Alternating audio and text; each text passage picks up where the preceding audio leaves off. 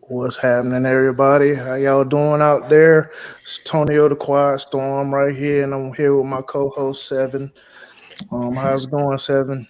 Hey Tony, going well. I'll be like, how about yourself? And we have guests today, so this is exciting. Yes, Um, yes. like happy Sunday, everybody.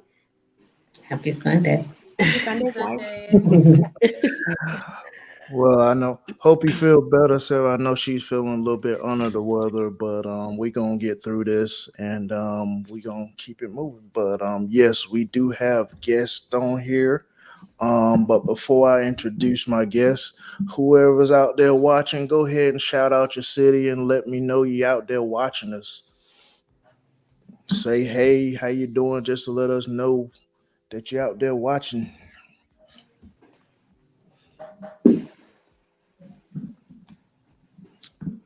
Nobody saying nothing. Okay, cool. All right. They'll probably come in a little bit later. But let's go ahead and introduce everybody. First of all, I'm gonna go ahead and start with Miss Teresa Wright, and I'm gonna have her to let us know what she does for a living. Okay, well, thank you so much for having me. Um, I am a North Carolina real estate broker. I service the Raleigh Durham Triangle area. So I help buyers as well as sellers in this crazy market that we have right now. It is on fire. And so I've been doing this for about 8 years now. And I just love being able to help families and individuals achieve that big goal of owning real estate. Awesome, and I'm gonna tell you, she's the best. I tell you, she go out on the land. She goes out on the land for you. I say that because she's my realtor. So I definitely appreciate all that she did for me, and definitely looking You're forward for her welcome. helping everybody else as well. All right, now we have Miss Natalie Nielsen. How you doing, Natalie? I'm doing great. How are you guys? So I Doing actually work with Tonio and Seven. So I work at a contract research organization called Bioagiletics, and I'm a scientist there. So I work in the lab, and we help push new drugs into the market. So it's nice to be part of an organization that eventually helps patients at the end. yeah, and definitely that organization that cares about their workers also. That's true. So, all right, thank you, Miss Ashley Chisholm. What's going Hi, on? hey everyone.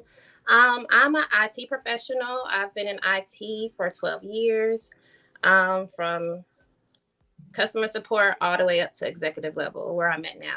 So that's what I'm doing, work with computers.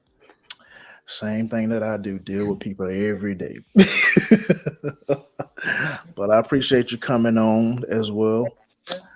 And we got last but not least Miss Ruby A. Jackson. How you doing, Miss Jackson? I am doing well. Thank you for having me. I also work in a similar industry, actually same industry that Natalie Seven. I didn't know you guys are all STEM. So yeah, so I'm a STEM professional. I work at a company called Cambrix in the Research Triangle Park in North Carolina. I've been in the industry for about 18 years. Joined it because I had a desire to make sure that nobody else's parent died from, a disease where we could possibly, have life saving um, therapies go into the market. And in addition to that, I'm also a sports storyteller.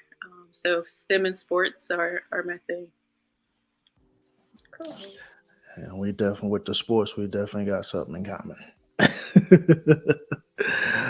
But we appreciate you all joining us.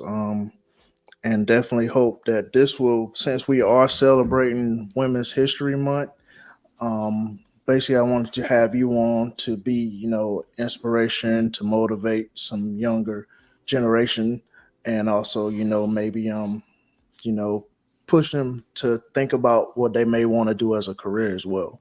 So I definitely appreciate you all being on today. But let's get into some questions. All right. So, and I'm gonna ask everybody the same question. So my first question is, how did we'll start with since I started with Teresa, I'm gonna go to the back and start with Miss Ruby. So how did you know that you wanted to do what you do as a career? I would say what I'm doing now, so I'm a validation engineer. We are in validation. We're essentially responsible to make sure that the facilities, the utilities, systems, and different equipment that's used in the drug process are kind of onboarded and maintained throughout their life cycle in a way that's compliant, so that the drugs get to the market in a safe manner for the patient. And I kind of stumbled into this a little bit. When I first started in the industry, I knew that I wanted to go into drug discovery.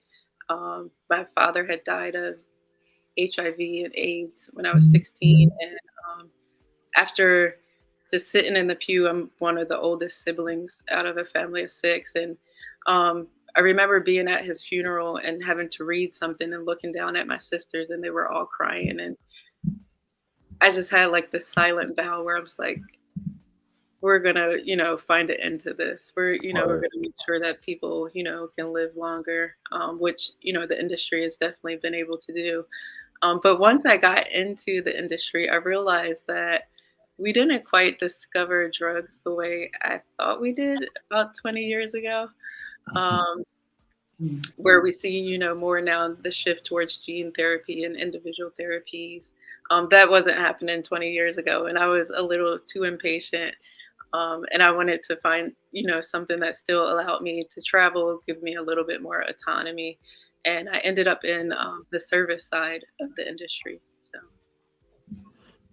Awesome. Yeah, I think you had a couple people to agree with what you just said. Also, they were shaking their heads. Yeah, that's awesome, Ruby. All right, Ms. Ashley, same question for you. How did you know that you wanted to be IT? So I never really considered information technology. I kind of stumbled into it. I went to school for finance and management with a minor in Spanish. Had nothing to do with IT at all. I was working at a company and they were laying off in my department, and they had a IT side. And like they had like all these colors and stuff on the board, and I was like, I like colors. Let's see what the colors mean. I'll apply for the job and see what happens. So I applied for the job, and I've been in IT ever since 12 years ago. So I happened to stumble into it, and I'm really happy I did. Like, I really love what I do. Yeah, that's the same with me pretty much. I've been in actually, I'm telling my age, 20 plus years, doing IT work. But yeah, I definitely enjoy technology's changing every day. So we definitely got to stay up on it all the time. So Yes. it's not going anywhere. So Especially now. Definitely. right, exactly. I mean, everything is revolving around Working. computers and servers and everything because, especially with, people a lot of more people working from home and stuff like that, and with this COVID and stuff. So yeah, it's definitely hitting hard now. But definitely cool. And what else do you do? I'm also the president of a Mopar only car club, which Antonia is a member of.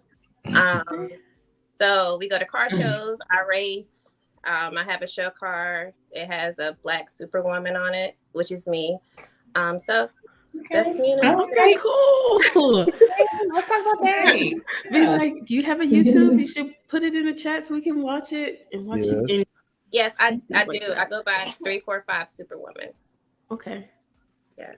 Okay. Make sure you check out Madam President, because she doing big things. All right. And Natalie, next, what what brought you into being a scientist? Man, I don't know. Does anyone really know like if what their job is what they really want to do? But somehow I just ended up here. Since I was a kid, I guess you could call me a nerd. I just liked biology. It just sort of made sense to me. And I like to figure out how things work. And I guess for me, that was learning about like the human body. And I was always fascinated by that. And I wanted to sort of know why things worked. And I feel like being a normal medical doctor, they give you a lot of prescriptions and they'll tell you what's wrong, but not necessarily why it went wrong. And so for me, that pushed me into doing more research. So before I worked at Bioagilitics, I was in grad school doing research. And I studied cardiac lymphatics, which we don't have to get into, but and so basically, since I was little, I was into science, learning about how things work, just very curious, asking questions. I was big into Science Olympiad, Quiz Bowl, that kind of stuff. And yeah, people just supported my love of science, I guess. So I just ended up as a scientist. But I enjoy it. I feel like we're learning something new every day, just like with technology, there's so many things happening. Same with science and research. Like basically because of technology, we can now sequence everything. We have so much data to process and we're learning tons. And it's just really interesting to me to learn how the body works, how we can sort of treat different diseases because there's so many people afflicted by so many different diseases. So yeah, I don't know. I'm just basically curious about a lot of things, but science sort of makes sense to me. So that's how I sort of ended up where I'm at, I guess. Okay. Do you do anything outside of being a scientist? No, I don't race cars or anything cool like that. I'm pretty boring. My friends like to joke and call me a grandma, which I definitely agree with. I like to crochet. I like to puzzle, read books, stuff like that. But I would feel like I would love to watch people race cars. I've honestly never done that, but that sounds very, very fun. Well, let's get together, girl. We can. Okay. I'm down. Awesome. And Miss Teresa, my real estate agent, what brought you into being in real estate? So I think my story is very similar to everyone else's. I kind of stumbled into real estate as well. Just the opposite of you guys. I started out as an IT. I was in IT for 17 years before becoming a real estate agent. So it was pretty much, I was in the process of kind of deciding whether I wanted to sell my house. I met with an agent to discuss it. And at the time I was doing some on the side, like virtual calling for other real estate agents. And she mentioned, I need someone to do that kind of stuff for me. How, would you be interested in doing that? And I was like, sure, sure, I can do that. And then we got into the subject of me doing IT, and she needed someone to help her with her databases and that type of thing. And I said, well, I can do that too. And so I started doing that, and probably maybe 2 months in, she said, Teresa, you should get your real estate license. And I was like, I don't know. So I got my real estate license. Then shortly, I think I maybe was going to work for her part-time for like maybe, I don't know, 3 months or so. And she said, well, what do I need to do to take you away from corporate America? And I was like, okay. So I gave her a number and she was like, okay, let's do it. And so I started I was her office manager, taking care of all of her IT stuff, making calls and things. And she said, okay, you ready to sell your first house? So I said, okay, so because I'll try it. So I tried it. And probably from July to December of that year, I sold 17 houses. So I said, okay, maybe I should do this. And so I just think, I started it as something new, challenging, but actually being there, being in the mix of it all, helping families, it really was satisfying. And so I decided to stay. And so I've loved it ever since. That's awesome. And what do you do outside of real estate? Outside of real estate, my husband and I, we own Righteous Brand, which is a custom t-shirt and design company. So we do a lot of apparels. We just, t-shirts, hoodies, hats, all that kind of stuff. And then we also do some decals. We've had the pleasure of doing decals for the cars. So I guess I'm into that. I don't drive the cars, but I can do decals for your cars. But yeah, so we've been doing that now for it's been about 4 years now. So we do a lot of family. You just any custom t-shirt idea, just throw it at us and we can take care of it. Yeah, she definitely can, because she's done a lot for me. She done my decals on my car. So and also done a couple t-shirts, which we're going to get with you on doing some more. Absolutely. So yeah. All right, 7, what you got? Okay. Hi everyone. So I will go with Natalie first. So my question is, what advice would you give young college students that's either in your field, whether if they decide to go into science or don't go into science? That's a great question. For me, I love science, don't get me wrong, but if you're gonna do science in college, you're gonna have to do secondary schooling mostly for anything you want to do, whether that's like med school, master's, PhD, something. So if you're not ready to do a lot of extra schooling, I would recommend not doing I like, could I definitely really agree wish with that. I knew more about engineering, I guess, because I feel like that seems like just a great field, like 4 years of undergrad, then you get a nice job, Yeah, I definitely agree. But Don't love- but if you love science that much, okay, then I would recommend finding a mentor, someone who can connect you with other people in maybe the fields you want to look into, and or get internships as soon as possible. The only reason I've ever gotten any job, like professional job, is because of the people I knew. So if you're not very social like I am, sometimes it's hard to network, but it is truly important. So I would say find a mentor, try and network as you can. Just, put your face out there. Okay. Ruby, I'll go with you next. Same question. What advice would you give someone that was in college, a young female that's trying to break into the industry, whether it be science or anything that you do? Yeah, so I absolutely agree with Natalie on, getting the mentor, and definitely feel the struggle in terms of like, science, engineering, and those jobs. But I came from a background of sports, and I think in the community that I grew up in, right, all of the athletes that I knew, we were going to the NBA, to the Olympics. We were going to make lots of money.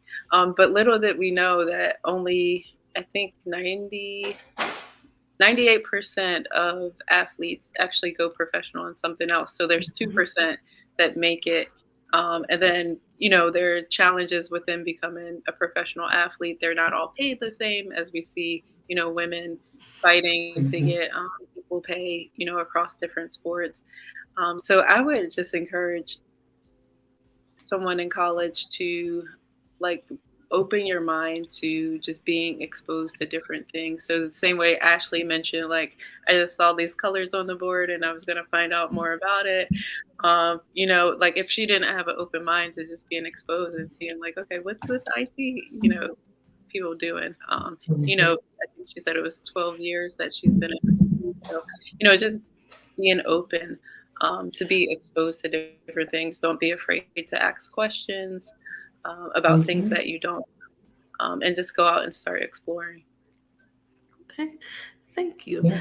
So Miss Teresa, if you had any advice for anybody that's in college, would you say, how would you go about telling them about real estate and possibly how important that is being in college if they want to buy a house?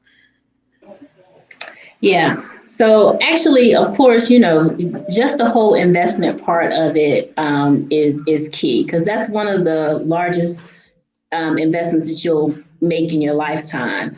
So just as the professional side of it, being open, like Ruby said, you have to be open. You have to be able to talk to people. You have to understand that there's different levels of what people are actually looking for, and you have to learn your market.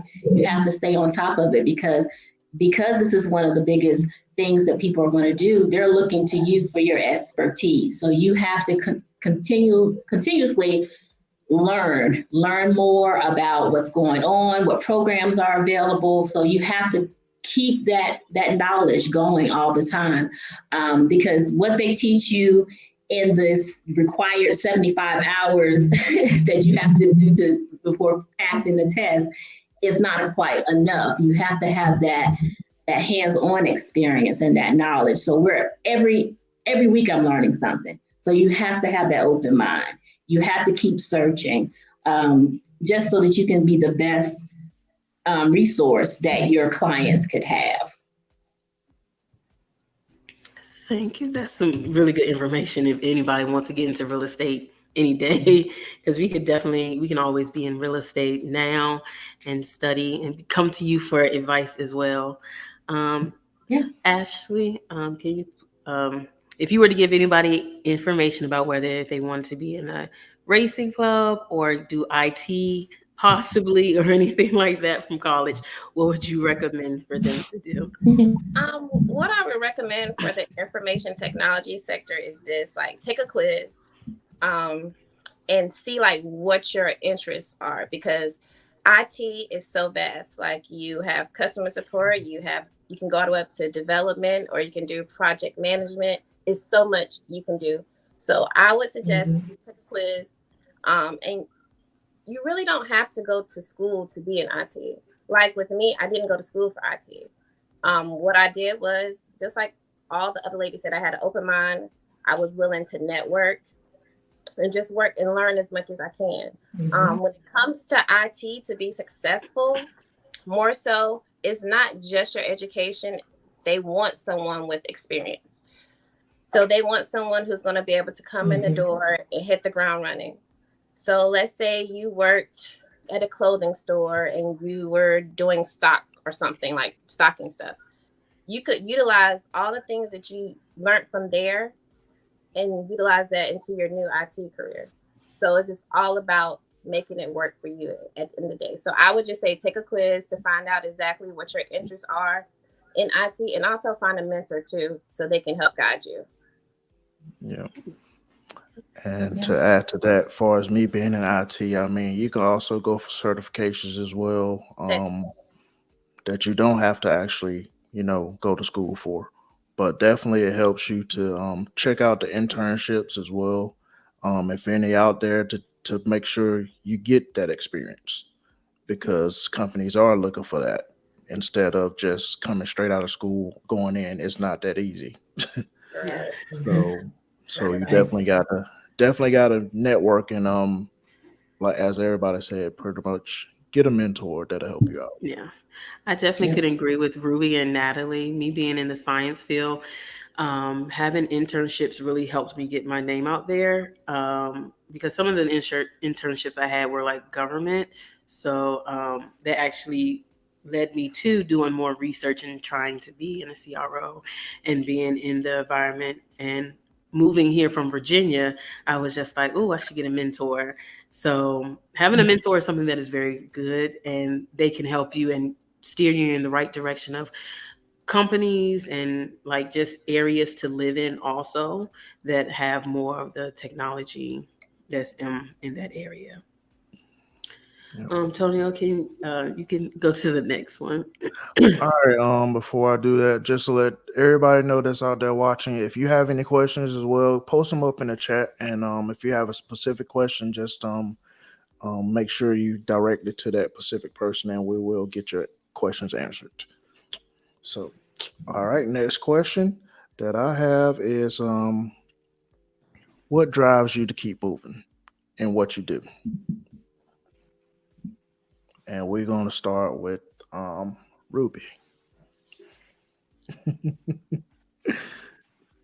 Sorry, I just had to come off of mute. I was like, "Ooh, that's a tough one," because there's sometimes I have to like go back to like that why that I got into the industry and remind myself, especially as I start to get new interests and everything, and I'm kind of waiting for that day where somebody asks me or that opportunity comes like Teresa had, like, what does it take to get you out of corporate? Um, but yeah, but it's just remembering and going back to that why. So every day that that I'm at work and I'm lacking motivation, it's just remembering that we're here for the patients. And I think I used to hear people say that, and I didn't quite get it, even though I came in, with wanting to have a therapy for my dad who had passed. But I think one day I looked at my medicine cabinet and I was like, okay, I'm taking these medicines. And I know, people that work at some of these companies, and these companies. And I think it's just remembering that, like, these are real people that are taking them, people right in your own families. So that drives me to just remembering why we're here in this industry and who we're doing it for. Yeah. Awesome. All right, Ashley. So I would say my why is basically this: like, everywhere I go, I'm the only female. Like, my team is always male dominated, so I feel like it's my duty to learn as much as I can, make a difference, and make a statement when it comes to IT, because women aren't really recognized and not respected, and it's kind of like a glass ceiling in the industry.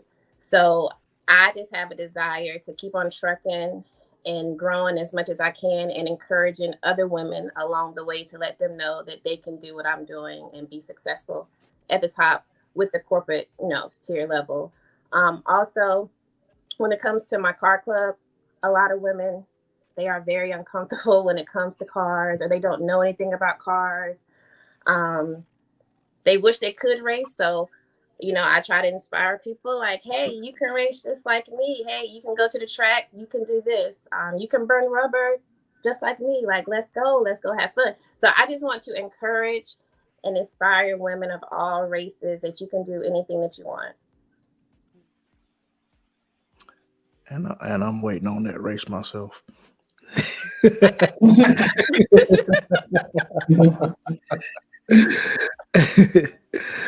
All right, Teresa, same question. So, just to me, growing up, I realized that the African Americans were the lower percent of homeowners. And to actually be able to, I work with a lot of first-time home buyers, and that is very motivating to me, to help those that think that they can't make it happen, realize that they actually can, and just to be that help, that resource to show them that it can be done. These are the steps you need to take. That's what really pushes me and motivates me to do what I do. My grandparents never owned their own home.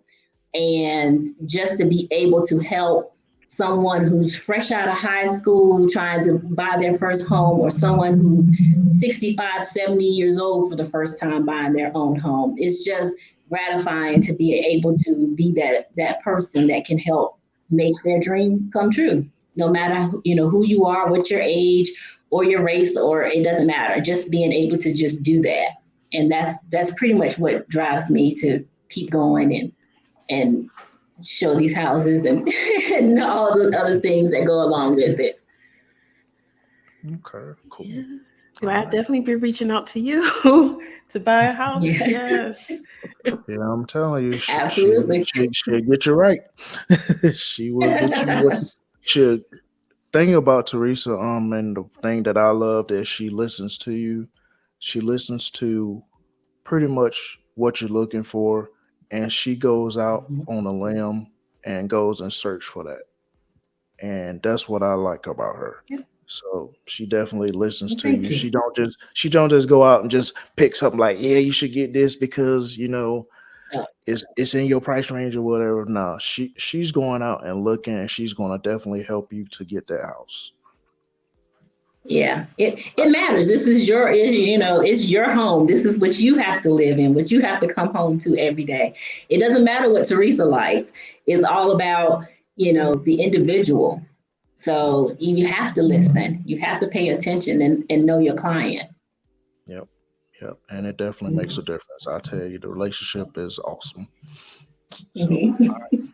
Natalie, Okay. Well, first off, I want to say, all you ladies, respect you so much. You have amazing answers.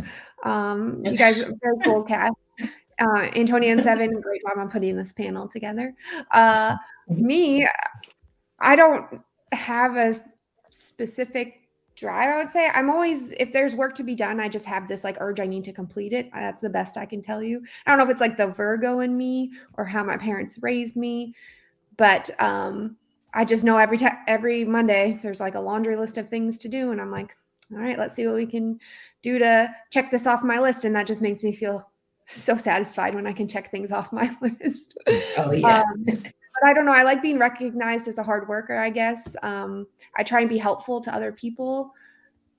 It depends if I'm successful or not, but I try to be like a good resource for people. So I don't know. I just like trying to do a good job, I guess, but I have no emotional investment, I guess, in my work other than I like working with who I work with.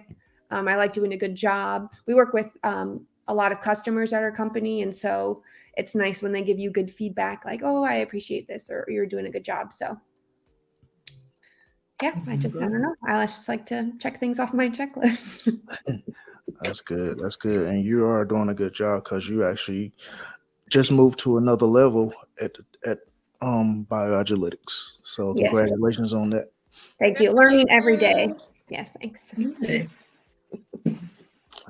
All right, Seven, what you got for me? Hold on. Okay, I feel like I had to take myself off mute. So my next question would be, so do you have a team that helps you? Like, do you have someone that like maybe supports you? And if they do support you, like how do they support you? As in, like, do they give you like mental support, or are they there to just be in your background, and be like, yeah, you can do it, girl. Go about your day. You got this. You got this. So I will start with Ashley. So do you have like a support team, or if you don't, like um, what advice could you give somebody if they want to have a support team? Like, how would you reach out to somebody that wants to start a team? So I do have a support team. They help keep me grounded and focused because a lot of times when you have a lot going on and like you're so focused on representing for the women, sometimes that can be overwhelming. So my support team, they really help me stay focused and balanced and crush my goals. Okay. That's very important.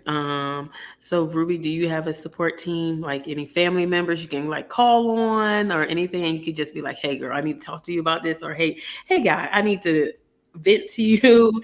Do you have that? I do. So I'm one of six. I'm the oldest girl, but two of my younger sisters, Jawanda and Ivy, are probably the two I can always, call to, even if it's just something small, something simple. I could say a single word to one of them, and like they'll totally get me. So that's definitely helpful.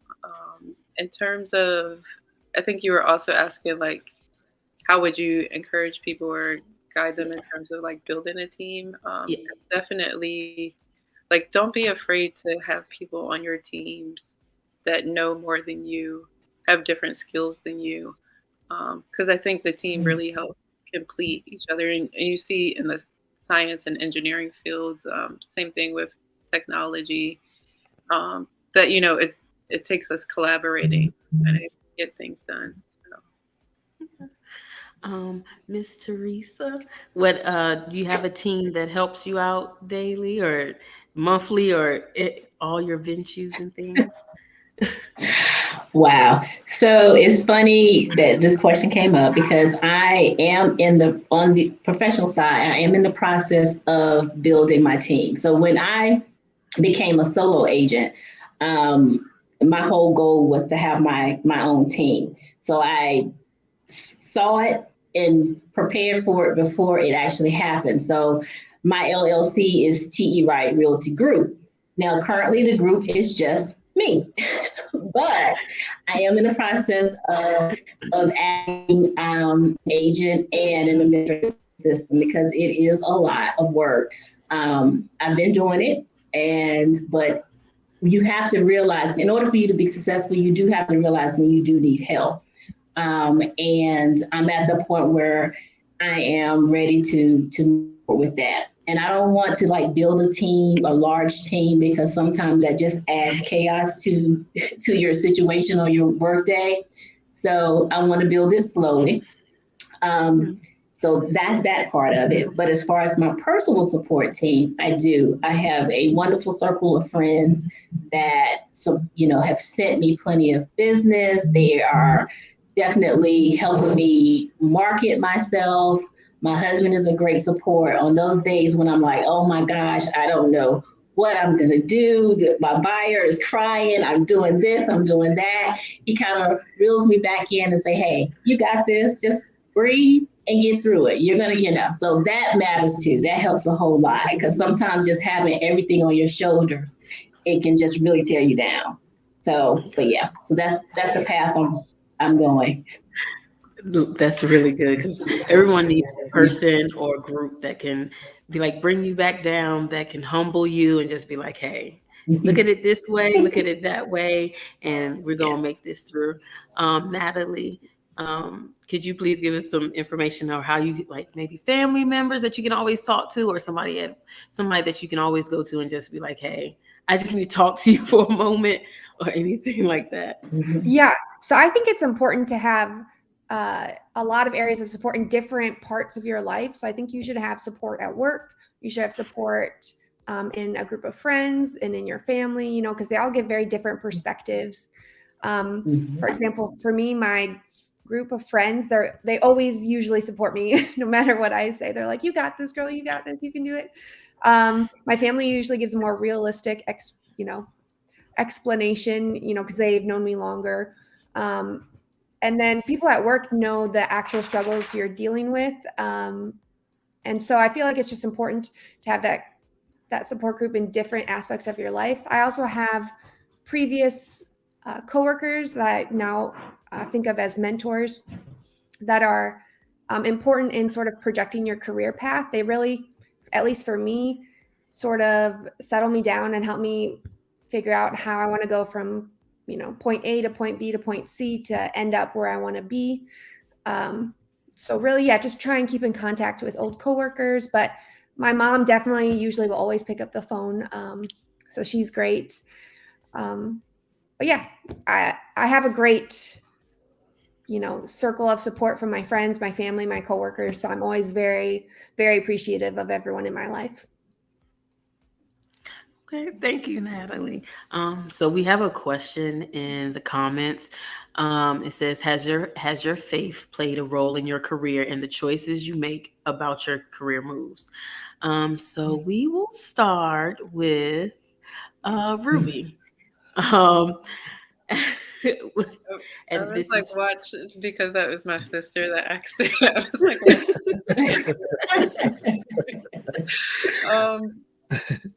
I would say as I've gotten older, it definitely does. My faith plays a lot more. Even if it's just kind of day to day, me and one of my coworkers, and if she's watching this or checking this on the replay, we have to get back to just praying for our team. But it definitely plays a role in the way that I move. Definitely. I can understand that. Because sometimes it's like, oh, my morals have kicked in. So should I move this way or Yes. go this way? Yes. Definitely understand that. So Natalie, we'll ask you next. Has your faith played a role in your career and choices you make moving about your career moving forward? I don't know if I have a great example of how it influences my career, but I went to Catholic schools growing up, and so faith was a big part of my education as I was growing. And then I sort of got away from it, but I realized it does really set you up for morals. It really makes you be introspective, evaluate why you're doing the things you do, you know. So I hope I bring that into my work. I try and bring positivity. I try and treat others with kindness. I try and look at other people's problems from their perspective, and try to have empathy for them. So I'm hoping I bring some part of that into my work, but I don't have any great specific examples. To Miss Teresa, could you Yeah. answer the question to like, has your faith played an important role in you in moving forward in your job or career, and how possibly maybe that has helped also? We'll switch it up a Yes, bit. absolutely. My faith has been the driving force behind the whole thing because, like I honestly had no idea that real estate was even going to be an option for me. So I feel like I'm walking in the path that God has laid down for me. And so, and on a day-to-day basis, because I am faced sometimes with some very interesting um, objections to overcome. Um, so your morals do play a big role, and just the way you handle yourself, the way that you just interact with people. Sometimes you just have to remember that I am a child of God, and how I have to bite my tongue sometimes and grin and bear it. Definitely. So yes, plays a big role every day. Ashley, so how do you feel as though like your faith plays a role in being an IT and being in the car club? Because you never know, stuff may go down in the car club. Might be like, oh, they tried me today on the with some things, but it's okay. So I feel like faith has really drove my career. I mean, for anything, like if it wasn't for the faith that I had in myself and God leading my path, I wouldn't even have stumbled into IT.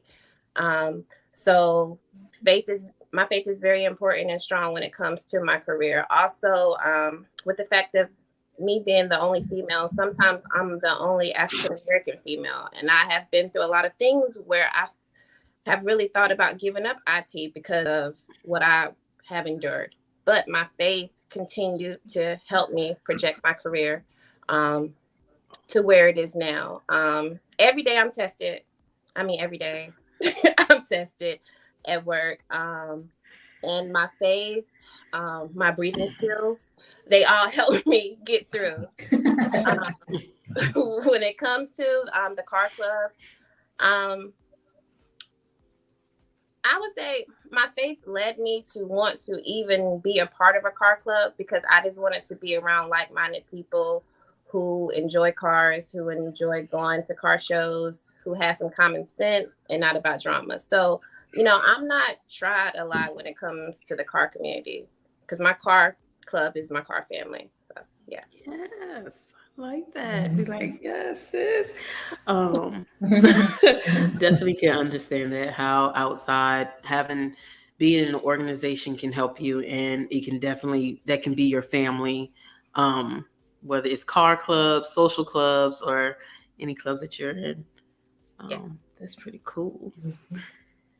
Hold on. Awesome. So everybody answer that one question? Y'all ready for the next one? Yes, I'm here. Sure. All right. Well, my next one would be as you were growing up, who inspired you? And we're going to start with Ashley. I knew it. So growing up, I would say my grandmother, she inspired me. She was very hardworking. She put herself to the side to take care of me and my younger sister when my mother was incarcerated. So that kind of set back what she intended to do for herself. So yeah, she truly inspired me by the decision that she made to take care of my sister and I, and to ensure that we had a great childhood growing up. Okay. All right. Same question, Natalie. Yeah, I would say my mom and dad inspired me growing up. I mean, I'm not a parent, and truly it seems very difficult, but they were so supportive, so hardworking. I'm one of 3 siblings, and they really, taught us great work ethics, but they also, showed us how to enjoy life, explore our interests. They were very supportive of whatever we showed interest in. So it was just very inspiring to see them be so loving and supportive, and be successful, really. So I would say my parents. Okay. Awesome. Teresa. I would say definitely my grandparents. My grandmother was a housewife that made sure that her family was taken care of day in, day out. She poured so much into us. Even though we had very humble beginnings, we were just full with love and just guidance and they also showed me what a true relationship should look like, and then just so much caring and understanding. My grandfather, very hard worker, took care of his family. It was just amazing just to be able to have that, and I really felt like they completely shaped my life. Yeah, that's similar to me. I know my grandparents definitely had an influence on me as well. So, yep, I definitely know about that. And Miss Ruby. For me, I would really say it was my high school coach. It wasn't until I actually started participating in high school sports, track and field specifically, that I actually even considered going to college. I was always an A student, but I don't even think I realized like that's a path, right? That until I linked up with that coach, and he was extremely inspirational. So many lessons that we learned, no matter whether we were winning or losing. Um, you know, there was a lesson after every single practice, every single track and field meet that you could apply to life. Awesome. All right. 7, what you got? So since we talked about like career and lives and stuff, what do you guys do outside of work for yourselves? Like that's the question that I feel like everyone should know, especially us being women. Taking care of like your self-care and just being aware of where you are in life and just taking time out for yourself, whether it's work or just not being in a car club. Like, what are some things that y'all would do for self-care? So we're going to go with Ashley first. What are some things that you do for self-care and just to be Ashley outside of IT, outside of your car club? So things I like to do, I like to be out in nature, be barefoot in the grass, just enjoy outside. Also monthly massage, facials, and I like to do like my own nails and stuff like that. Like stuff like that just makes me feel so grand, and have my frequency music in the background. Like it's life. Like I'm just happy. Leave me alone. Definitely. Look, earlier I went on a walk outside and I was just like, I like this. The birds chirping. I was just like, okay, I'm good. So Natalie, what are some things that you do for self-care? Oh, for self-care, I'm great at self-care. I also enjoy hiking, going out, for walks and things. I went for a 5-mile hike today and then took a nap after because I was very tired. I also like to do face masks. So on weekends, sometimes I do like a quote unquote spa day. So I'll work out, shower, do a face mask, do a hair mask, just make sure everything, I feel very cleansed after that. But I also like trying new recipes. I really enjoy food just in general. So a fun way to sort of broaden my horizons, try new things, is to try new recipes, go to different restaurants.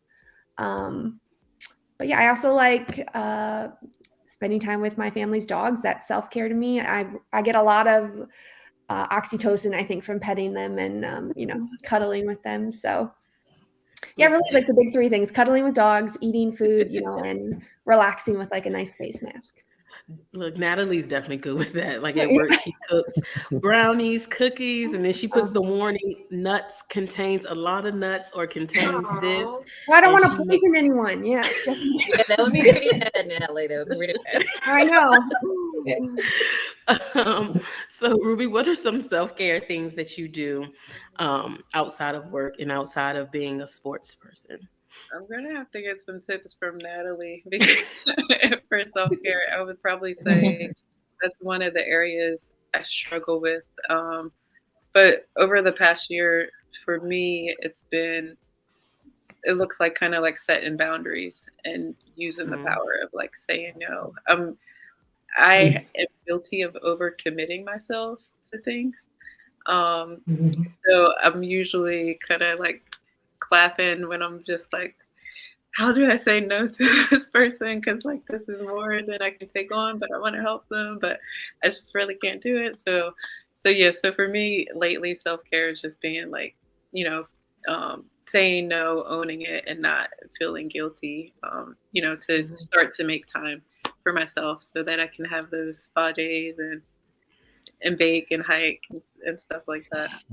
Ruby, I feel like that's a really good point, because I feel like as women, I'm sorry, Antonio, that like we always want to be helpful. We always want to be doing 100 million different things. Yeah.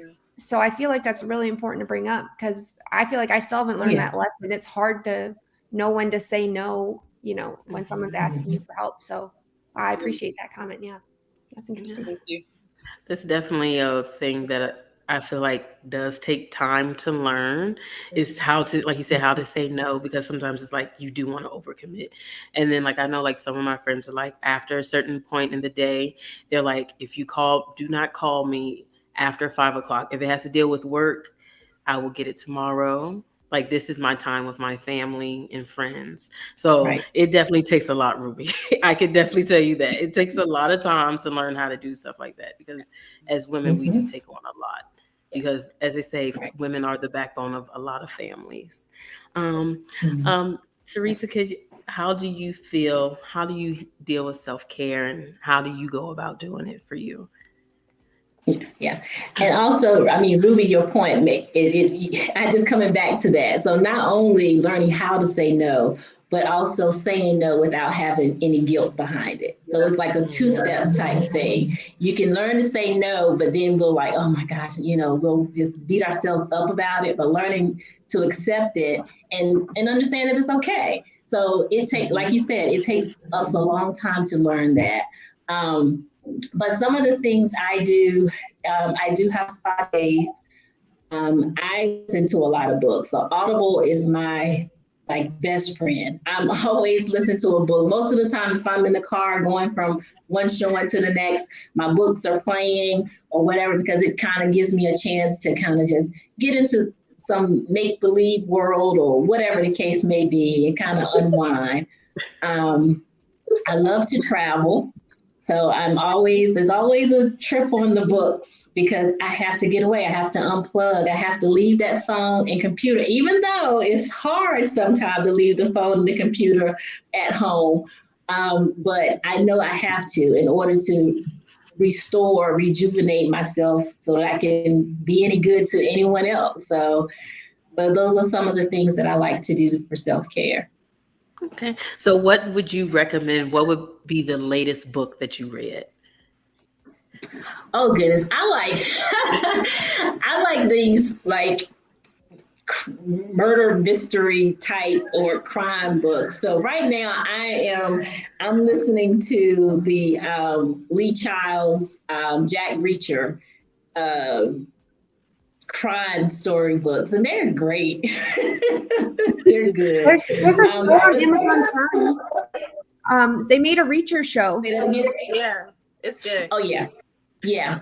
So I'm trying to finish the books first because I haven't watched the show. So I'm trying to finish the books first, and then I'll watch the shows. But then I also like stories by Kimberly Lawson Roby and Eric Jerome Dickey, and so just it's a mix. Nora Roberts, just a few. Yeah, Yeah. definitely. I feel like so.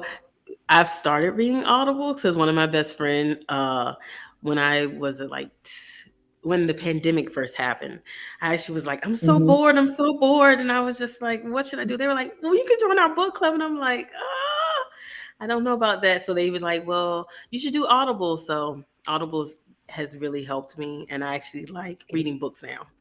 Like I can actually go buy a book now, and I can actually read it. So definitely. Tonio. Definitely. All right. One of the last questions that I have is pretty much, and this probably be a long answers to it, but how do you feel about diversity within your career? And Natalie, we'll start with you. Okay, so I feel like I'm not the greatest person to ask this question, but so I before this I was in grad school at UNC, and then before that, really I was an undergrad at NC State. And truly, as a white female, there were a lot of women in research, but there were mostly white women that I knew. There was also a lot of white men, of course. But when I went to grad school, there was more diversity, but I still feel like not a lot. I know the universities are trying to, help with diversity. I think they have programs and, like summer programs and stuff to get younger women or minority groups interested in the sciences to, to lead them to that career path. But what was really exciting was that when I went to the company I'm at now, Bioagilitics, it was much more diverse than my grad school was. And grad school for me was very small. You really just interact with your lab a lot. But so I really enjoy working at the company I work with now because I get to work with tons of different people from tons of different backgrounds. I learn a lot about everyone's different cultures, different food, which of course I'm very interested in. I ask everyone for recipes if they make food. I'm always interested. So I think Bioagilitics, our company, does a pretty good job of diversity. We even have, I don't know what they're called, like focus groups or affinity groups. Affinity groups. Yeah, affinity groups for different minority groups. But I mean, you could always, you can always do better. But personally, I feel like you have to start interest young. Like you have to get, in middle school, high school, you've got to get people interested in different fields, I think, to like propagate that diversity, because I feel like that's where a lot of people realize their interest. Like in high school, I was really into science, and so that's where I ended up. But yeah, I guess I'm excited that I work in a more diverse place than before, and I hope that's the continuing trend. Yeah. It definitely makes a difference because you also, like you said, you learn from one another and their different cultures as well. So, all right, Miss Ruby. Yes, I would say I'm similar to, I don't remember who mentioned this, but she said she's probably like, everywhere she goes, she's the only woman. And I definitely felt like that for a while. I still do feel like that sometimes in the industries that I'm in. I remember complaining with a mentor and kind of saying, oh gosh, in the STEM fields, I'm like the only woman. And then when I turn around and I look at, the things that I do in sports, and whether it's coaching or, sharing stories through video, I kind of look around and I'm like, oh, like I'm the, I'm the only woman here. And I've come to kind of learn, like, just because areas are not as diverse as we don't want them, and things are starting to change, doesn't mean that you don't have power. I think when people are open to hearing different voices, or you are an only voice, you'll start to learn, like, as you start to use it, um, that you actually have power being able to use that voice. And I agree with Natalie in terms of, increasing diversity really starts with, you know, exposing people when they're younger. Like I mentioned, my own personal story, just I was a good kid. I didn't get into trouble. I had good grades, but I wasn't going to college. And it wasn't until I started traveling because of sports, um, that I realized, like, oh, like there's all these colleges, out here, and there's all these, things to do in life instead of just, get a job and stay in the community that I live in. Um, so yeah, so just to summarize, I would kind of say, um, I feel like we're changing slowly, but it's not a place to be discouraged because, every voice has power. Very true. Amen. Definitely. All right. And Teresa. Well, I too am in a very male dominant industry as well. But it is changing, just like, a lot of these other industries. And I think it's more so, it's just that we, as women, we are basically really recognizing our strengths, and we're ready to put forth the effort and the work it is to, just be the best part of ourselves as we can be, and that's in any industry. Um, and and like Ruby said, it's about realizing that you have a voice and you can be heard and you can do the job.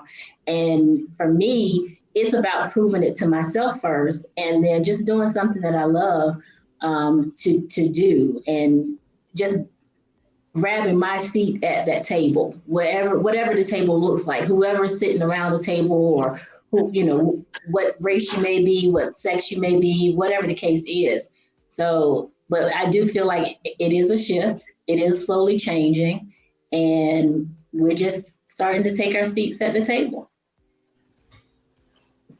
Yep. And Ashley. So I feel like diversity is very needed within the information technology sector. More so for just having a different aspect, because there are many complex issues that come up where you have to think outside the box. And if you have a diverse group of people to work with, you all can come to a new, solution. So I feel like diversity is very needed. It's working slowly but surely. But I'm still the only female right now on my team. But other places, it's still working slowly and surely. And diversity is needed, period. Yeah. Yeah, definitely. Definitely. I'm gonna say yeah. Like I said, you learn from one another, so it definitely helps out. And somebody may bring something that you didn't know. So it definitely helps out. 7, what you got? So this could be the last question. I just want to know where everyone is from, and if you were to tell somebody if they wanted to leave their area, how would you tell them to leave their area? Do you think it would be like through education, or like going after your dreams and going for your dream job? So we'll go with Teresa first. So where are you from, and did you leave your area, or would you advise people to kind of like leave their area, or no? Okay, so I am from this small rural area, Sunbury, North Carolina. Most people have never heard of it. It's in Gates County, northeastern part of North Carolina. I left to come to school, to come to Durham. I am currently in Durham. I've been here pretty much longer than I was in my hometown now. And I would say, yes, if you are that adventurous type of person, do not let where you from keep you there. If that opportunity for your growth and your development is outside of your home area, absolutely. Be on the first thing smoking and get there, because that just may be what you need to be successful and to be happy. That's just basically it in a nutshell. Just grow wherever it is that you need to be planted. So Okay. That I can definitely agree with that. Moving is something that I feel like spreading your wings is what I call it, is just like important for us to grow. So Ruby, where are you from? And how would you give someone advice on how to either move out of their area or I guess reach their goals? Okay. So I'm from Chester, Pennsylvania. It is, I don't know all the exits, but exit 6 on Highway 95. We're in between Philadelphia. So most people, when they're just like, where is that? I'm just like, I'm from Philly. But it's in between Philadelphia, Pennsylvania, and Wilmington, Delaware. And I have lived here in the Research Triangle Park area of North Carolina since 2008.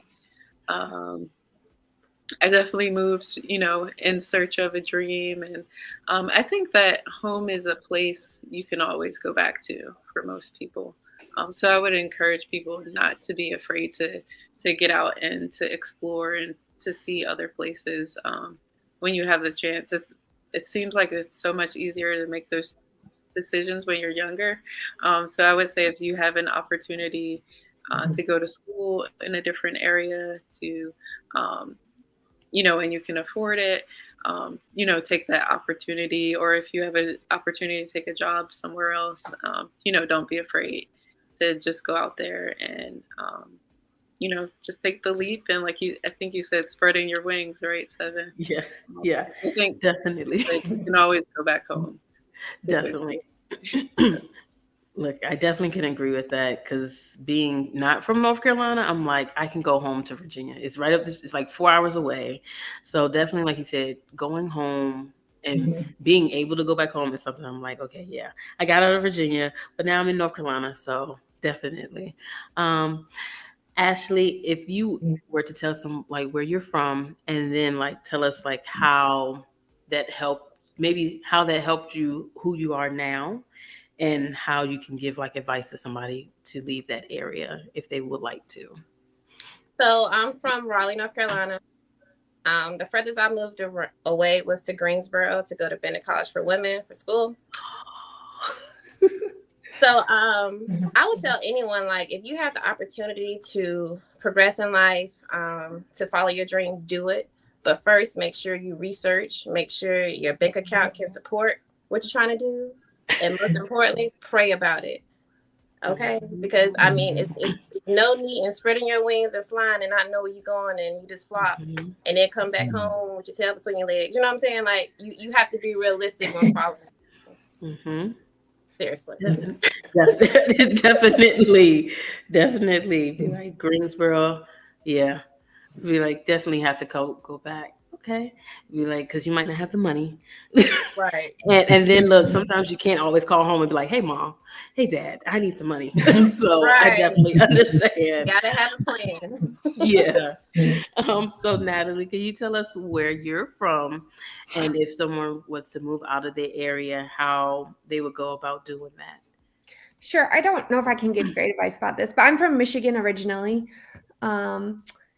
And then I'm very much a homebody. I'm very close to my family. So I don't know if this is a great question for me, but we all decided to move to North Carolina. So we all moved to North Carolina. And then I went to undergrad at NC State. They stayed in the area. They're still close. I see them at least every other weekend, I would say. So I'm very close to my family. But I will say, and I've never had to move for a job because I've just gotten jobs locally. I will say I don't want to be a grandma, but I've heard bad things.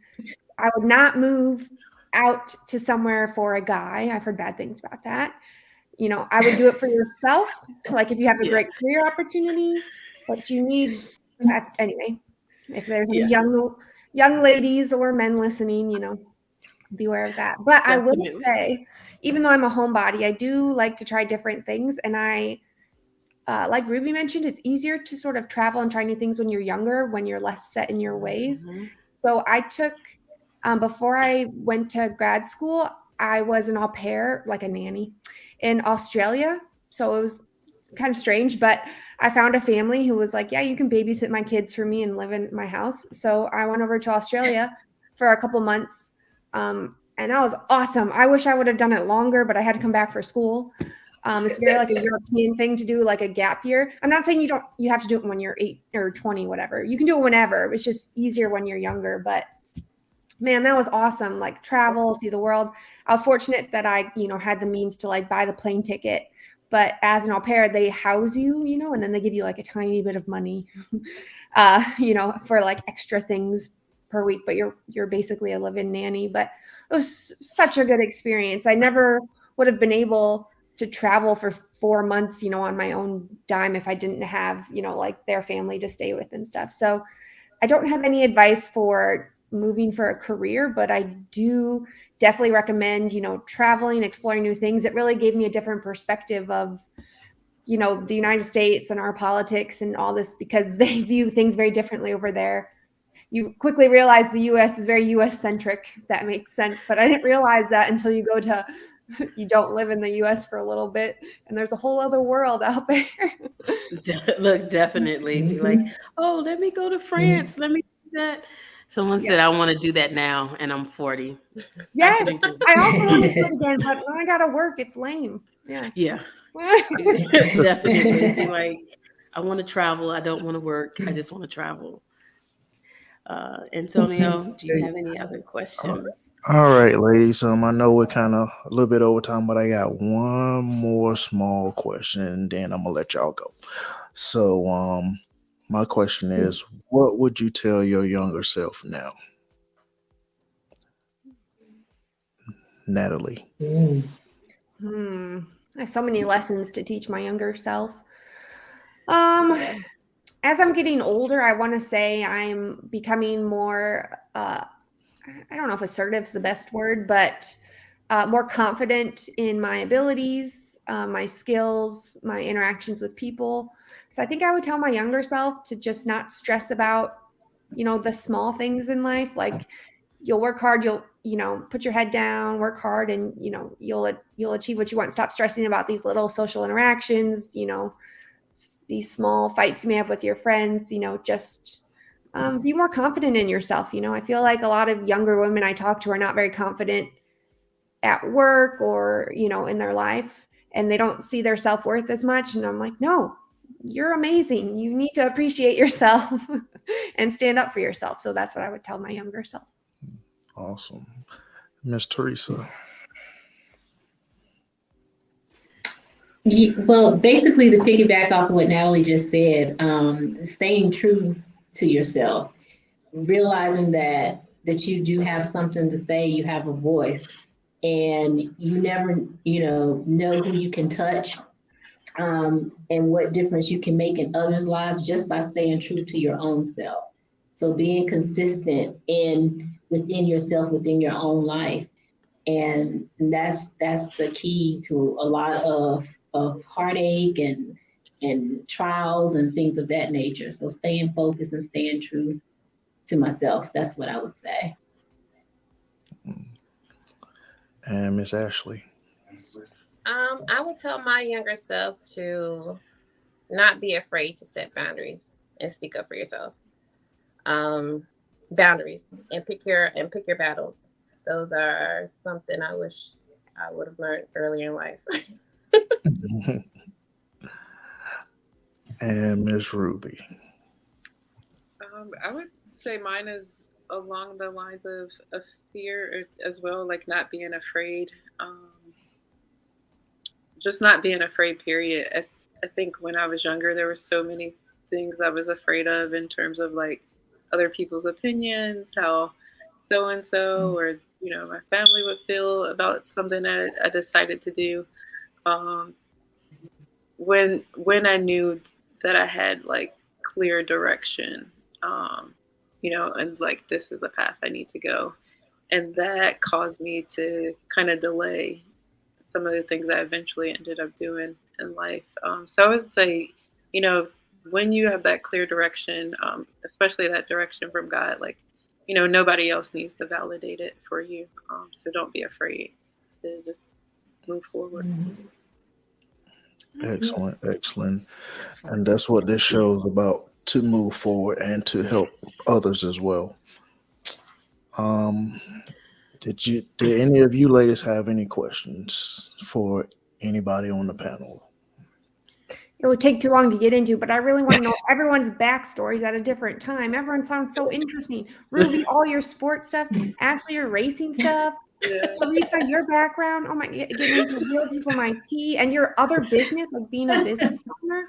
Oh my God, how cool. And then I know Antonio and Seven Network. We can also talk about that. I like everyone. But anyway, too many questions to get into now, but all you ladies and Antonio, very interesting. Yeah, we're definitely like I said, this is not going to be the only time y'all on there. So definitely, we're gonna definitely invite you back if you all would come on the show again. We're like, We would love to have you.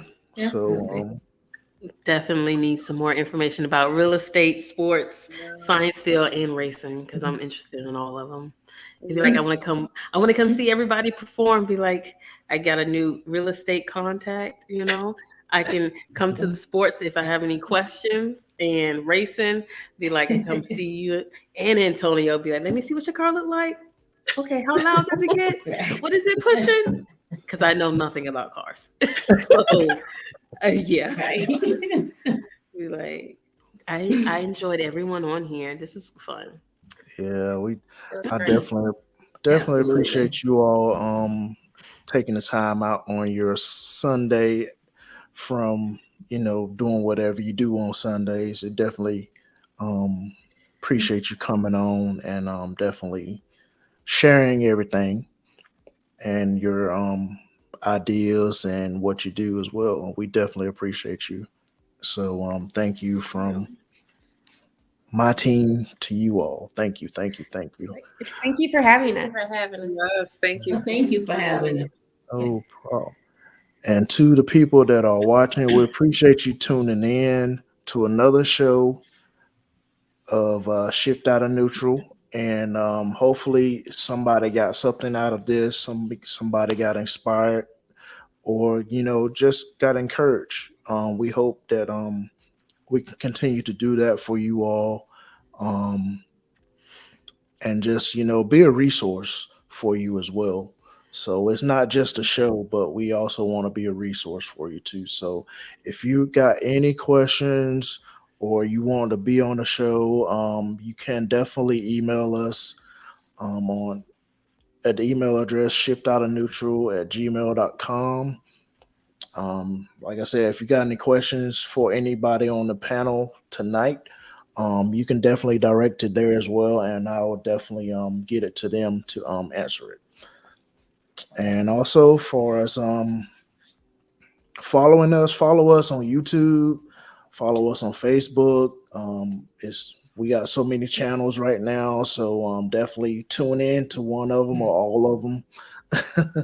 So definitely watch the replay as well, because like I said, this is a lot of information, and we're definitely going to invite these ladies back again.